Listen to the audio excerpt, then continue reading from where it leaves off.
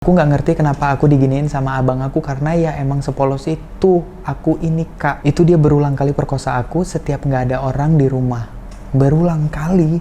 Hei, abang lo, bangsat abang lo.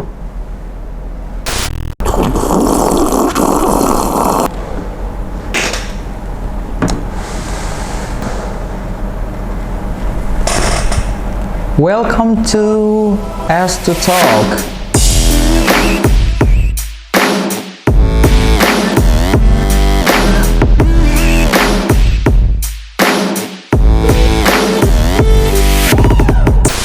Halo, assalamualaikum warahmatullahi wabarakatuh teman-teman semuanya. Alhamdulillah banyak banget asapnya. Tunggu sebentar. Apa kabar kalian semuanya? Alhamdulillah baik ya. Baiklah, baik terus. Semoga teman-teman pasukan Jariah gua itu baik semuanya lah pokoknya ya. Oke, hari ini kita akan ngebahas cerita tentang salah satu teman kita juga yang nggak akan mungkin gua sebut namanya karena itu adalah privacy, dan satu lagi gua nggak akan nyebutin identitasnya juga. Ya pokoknya kalian tenang aja. Siapapun yang bercerita di sini akan ditutup privasinya. Terima kasih banyak buat kalian yang udah mau nonton video ini. Terima kasih banyak kalian udah mau ngeklik video ini, dan satu lagi terima kasih buat kalian yang udah mensupport gua sampai detik ini. Gua bayarnya nanti pakai doa aja ya. Hari ini kita akan ngebahas tentang cerita. Gue juga udah lupa ceritanya bagaimana, tapi gue mau angkat lagi karena cerita ini memang salah satu cerita yang menurut gue harus diungkap, harus diceritakan supaya kita semuanya itu bisa mendapatkan pelajaran dan mendapatkan hikmah dibalik dari semua cerita-cerita yang ada di dalam video ini. Banyak banget gue gininya. Halo kak, mau sharing ya. Dari SD aku tinggal sama tante dengan 4 anaknya. Jadi aku dari SD nggak tahu kelas berapa udah dilecehin sama anaknya yang ketiga. Alibinya main rampok-rampokan, jadi dia bangkep aku, ciumin dan segala macemnya. Nah, anak yang ke-1 juga pas kami tidur berdua.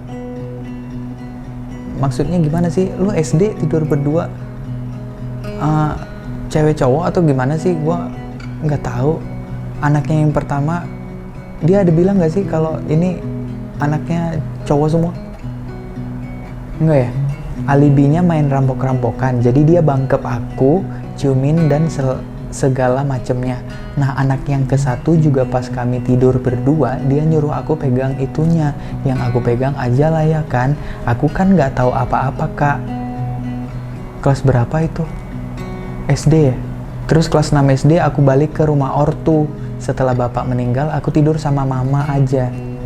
Mama suka keluar tengah malam buat ngerokok, jadi aku ditinggal sendirian. Nah, disinilah cerita aku dimulai. Oh, di rumah nih ya, oke. Oh, tadi di rumah tante juga udah digitu-gituin ya, oke.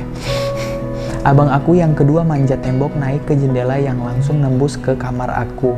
Dia mengunci pintu dan bangun-bangun dia langsung buka celana aku, langsung perkosa aku. Di situ sakit banget.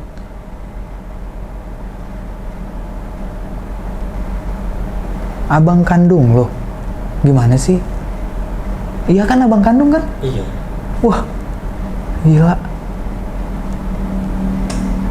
Aku nggak teriak karena dicium juga, dan selesai itu aku lihat darah. Aku kira lintah yang gigit abang aku, soalnya sebelah sawah kan. Soalnya di sebelah rumah itu sawah kan. Ternyata itu darah perawan aku kak. Wow. Aku nggak ngerti kenapa aku diginiin sama abang aku karena ya emang sepolos itu. Aku ini kak, itu dia berulang kali perkosa aku setiap nggak ada orang di rumah. Berulang kali. Hei, abang lo, bangsat abang lo. Puncaknya aku berani teriak sekuat tenaga dan apesnya lagi nggak ada orang di rumah. Tapi untungnya setelah itu dia nggak berani lagi nyentuh aku kak. Tapi ya bagaimanapun aku selalu deg-degan setiap malam.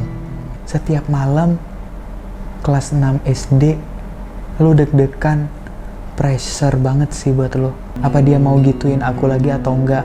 Aku nggak berani untuk bilang ke mama karena sedih aja. Aku kan cewek satu-satunya dan bapak baru meninggal, jadi ya sudahlah. Oke, lanjut lagi pas SMP balik ke tante aku lagi.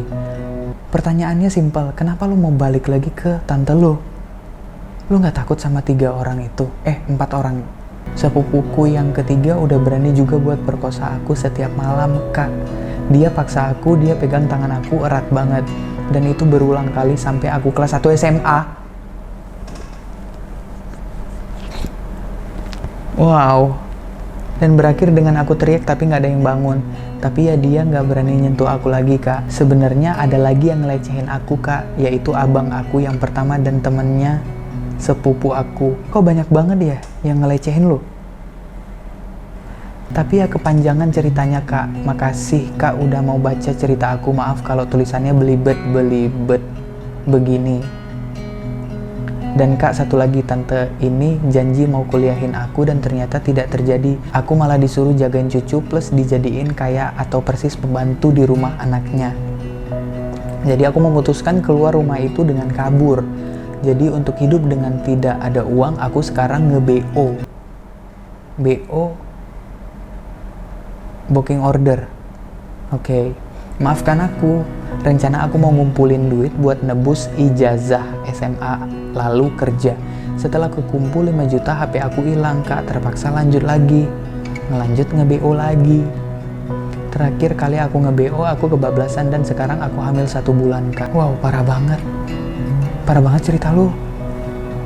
Aku punya pacar, dia tahu kerjaan gini dan dia nggak bisa buat apa-apa karena dia nggak punya duit buat kasih aku. Dia tahu aku hamil dan dia mau nerima aku, tapi kami beda agama.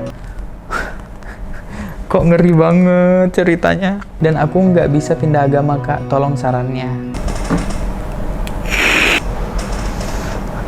Well, cerita lu luar biasa, men. Cerita lu mengerikan banget. Wow. Gue nggak bisa percaya aja, maksud gue dari SD lu mempunyai tekanan yang sebegitu mengerikannya gitu loh. Kenapa gitu? Pertanyaannya kan kenapa mereka melakukan itu kepada lu? Apakah mereka ataupun apakah lingkungan di keluarga tante lu itu emang brutal atau gimana? Gue juga nggak ngerti gitu kan. Tapi yang harus lo tahu, ini cobaan besar buat lo gitu kan. Lo harus tahu, la yukallifullahu nafsan illa hus'aha. Allah tidak akan membebankan suatu kaum kecuali kaum itu menyanggupinya. Allah itu percaya kalau lu itu bisa mengatasi masalah lu gitu. Gue yakin itu depresi banget, gue yakin itu tekanan banget buat lu. Dan satu hal, ya semoga dengan kejadian-kejadian yang udah lu alamin, semoga lu mendapatkan hadiah ataupun mendapatkan kebaikan yang akan lu dapat lebih besar lagi nantinya gitu. Jadi terima kasih banget nih buat lu yang udah mau cerita. Setidaknya lu bisa, gimana ya, gue masih kengiang-ngiang gitu loh, masih kepikir kalau wow, lu kelas SD lu udah diperkosa, lu udah digitu-gituin sama saudara lu. Itu sedih sih. Ini pelajaran banget sih buat kita semuanya yang sedang nonton juga. Ini pelajaran banget. Lagi-lagi hukum Allah itu harus kita terapkan di sini, bahwasannya ya tapi itu gimana ya, dia kan masih SD, masa kita menghukum anak SD juga kan? Enggak, men. Orang tuanya nih, maksudnya tantenya gitu, lu harus speak up sama tante lu. Iya benar, lu harus speak up sama tante lu harus ngasih tahu sama tante lu juga harus ngasih tahu sama nyokap lu. Abang lu tuh nggak benar gitu loh. Nyokap lu juga harus tahu itu gitu. Lu harus berani speak up gitu loh. Masalah untuk kedepannya gimana, yang penting lu udah lega untuk menceritakan ini gitu. Dan untuk tante lu mungkin ya lu harus ceritain juga gitu loh, supaya nggak ada sekat nih antara lu sama tante lu, antara lu sama saudara-saudara lu gitu kan. Ya gue yakin dan gue tahu sih, maksudnya ini tuh sangat susah untuk diceritakan sama tante ataupun nyokap lo. Lagi-lagi lo harus simpan ini di dalam hati lo, itu menjadi luka yang sangat berat mungkin buat lo. Tapi satu hal yang harus lo tahu, dibalik dari semua ini, semoga Allah memberikan kado terbaik buat lo lah nantinya. Nah, jangan lupa satu hal lagi, untuk masalah yang BO-BO tadi, semoga lu kedepannya nggak jadi BO-BO lagi. Kenapa? Karena rezeki itu Allah yang ngatur. Ketika lu itu mendapatkan masalah, jangan pelariannya itu ke arah yang haram gitu. Ini gua mengingatkan ke lu dan ke gua juga gitu, dan ke teman-teman semuanya, bahwasannya rezeki Allah itu luas banget. Allah lah yang menetapkan rezeki kita. Jadi Allah itu maha kaya, jadi lo nggak usah open BO Allah itu bisa memberikan lu segepok duit itu gampang banget buat Allah. 1 juta sama 1 miliar itu sama mudahnya Allah memberikan uang itu kepada lu gitu loh. Tergantung sama elunya. Jadi dekatkan diri sama Allah. Hanya Allah lah yang bisa menyelesaikan masalah ini gitu loh. Ya, oke? Jadi please banget buat lo, gue yakin banget tekanan itu pasti ada. Satu hal yang harus lo tahu, hanya Allah lah yang nggak menjauh dari lo. Ketika lo datang berjalan kepada Allah, Allah akan berlari ke lo gitu. Jadi percaya sama gue, jangan lupa untuk sholat, taubat, nasuha. 1, yang kedua, minta petunjuk sama Allah. Gue yakin banget pelajaran ataupun kisah hidup lo ini sangat berarti banget buat lo. Jadi ini juga menjadi tamparan buat kita semuanya yang sedang nonton juga, bahwasannya without Allah we are nothing gitu loh. Minta petunjuk sama Allah sis, nggak ada cara yang lain. Cuma Allah yang bisa menguatkan hati lo. Cuma Allah yang bisa membuat hidup lo menjadi lebih baik lagi ke depannya. Gua nggak berceramah di sini, tapi ya solusi yang terbaik yang akan gua kasih ke lo itu cuma ya udah minta sama Allah deh gitu. Gue juga nggak tahu mau ngomong apa, otomatis ya lo harus minta sama Allah. Secara tidak langsung kan nggak mungkin gue marahin anak-anak SD gitu kan nggak lucu aja gitu loh. Nggak ada artinya juga gitu, maksudnya paham lah lo. Ya minta petunjuk sama Allah. Gue tahu depresi, tekanan itu pasti ada untuk saat ini, tapi ya itu Allah bisa menghilangkan itu semuanya. Oke, percaya Allah sayang banget sama lo. Allah sayang banget sama lo. Lo tinggal minta sama Allah, apapun akan dikasih sama Allah ya, asal lo benar-benar dekat sama Allah. Oke, sering salawat sama Nabi juga, karena itu luar biasa banget. Oke, that's all. Mungkin segitu aja yang bisa gue sampein ke lo. Ya, gue nggak bisa ngasih saran yang terbaik, mungkin saran yang paling terbaik yang bisa gue kasih ke lo, ya itu, dekatin Allah, dekatin pencipta kita. Oke, mungkin segitu aja. Terima kasih banyak buat kalian yang udah nonton. Jangan lupa untuk klik subscribe juga. Subscribe. Mari sama-sama kita membangun channel ini. Semoga channel ini semakin bermanfaat.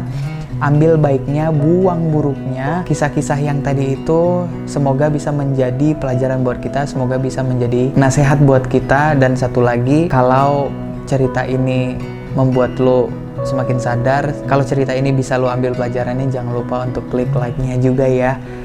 Terima kasih. Jangan lupa untuk komen juga kalau kalian punya saran ataupun kritikan ataupun saran untuk dari si pencerita.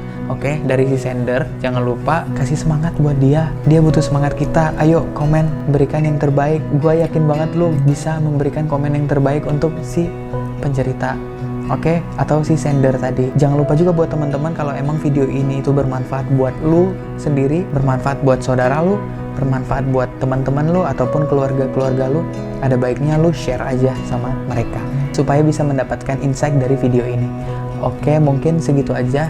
Terima kasih banyak buat kalian. Ya, gua Estu. Terima kasih banyak. Assalamualaikum.